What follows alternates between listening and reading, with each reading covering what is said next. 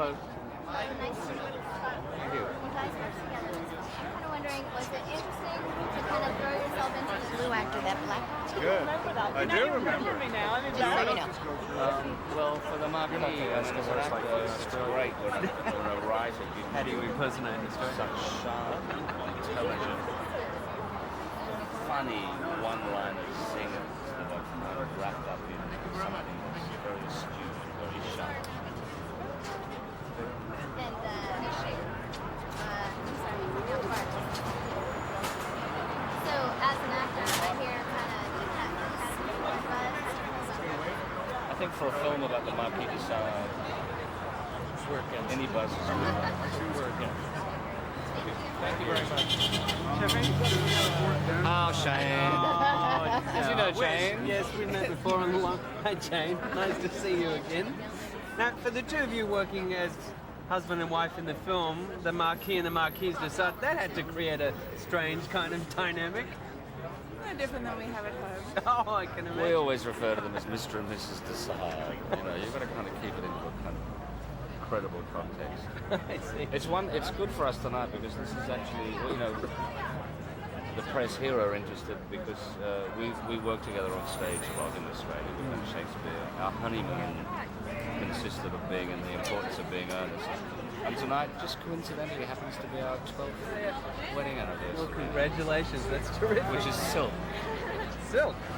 Don't ask me what How I bought. fitting. No. I won't go there. No, okay. Jane, how did you feel about seeing your husband become one of the most reviled men in history? Complex. The response is complex. I don't feel I could go down any of those roads. Actually, okay. Right. Were you surprised how your character, the Marquise, really supported her husband through his various escapades? Well, she didn't. She supported him, but she was always partially his demise in the film. So she moved on. Geoffrey, 200 years down the track, why do you think the Marquis de Sade is still such a controversial figure? Have you read the material? It's depraved, it's shocking. But I think people are finding a lot of humor and a kind of satiric edge and a sense of playfulness that you might get from a comedian like Lenny Bruce. You know, or Richard Pryor, bad-mouthed comedians who go, look, we're not going to let this stuff go. We're going to air it. We're going to talk about it. We're going to reveal it. We're going to release it. And audiences tend to come in on that with a great appetite. There's really kind of a black comedy feel to the film. Well, Doug Wright, who wrote it, would be deeply indebted probably to John Waters and Russ Meyer. Thanks very much. You've got a good Aussie crew here tonight. Thanks. Hi, Jeffrey. Hello. Laura with Univision. Jane, nice to meet you. Hi. So, working together, how'd that come about? Well, we've worked together a lot on stage, and without fear of any kind of sense of nepotism. Phil Kaufman had seen Jane at the Academy Awards, sitting next to me, and went, "Now that's the Sit kind." next to him at the Academy Awards, and you too can get a role in a Phil Kaufman film. Because I asked him, you know, who do you need for this role? Because I thought it was a very important part of the film. And he said, well, someone like your wife. I saw her on TV the other night. She's an actress. So Jane created her own screen test, well, read the script and got inspired by it and went for it. And, you know, through complex phases of casting, she got the role. With your research in the Marquis de Sade, was there anything that surprised and shocked you, or? I was very familiar with his writing. I did a literary course for my Bachelor of Arts. And, you know, in the late 60s, early 70s, Sade was always a major countercultural figure because his sexual fancifulness was like what we all read away from our traditional, you know, curriculum. So there's not a lot in there that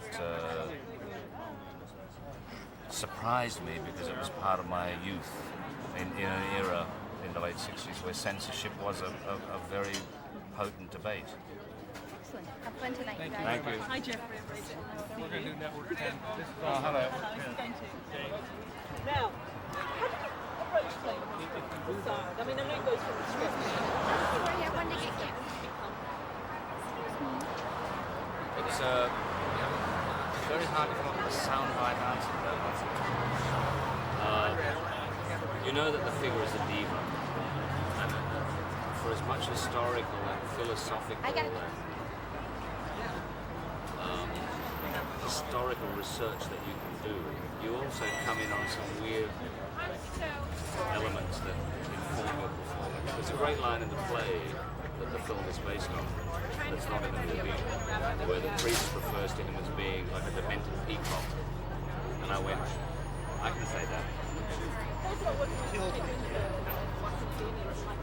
Kate Winslet is a wonderful and curious phenomenon because she's already in her mid-20s has played some of the great, she's defined some magnificent screen heroines that work for this age. She also happens to be a great movie star. There are not many people who can claim that.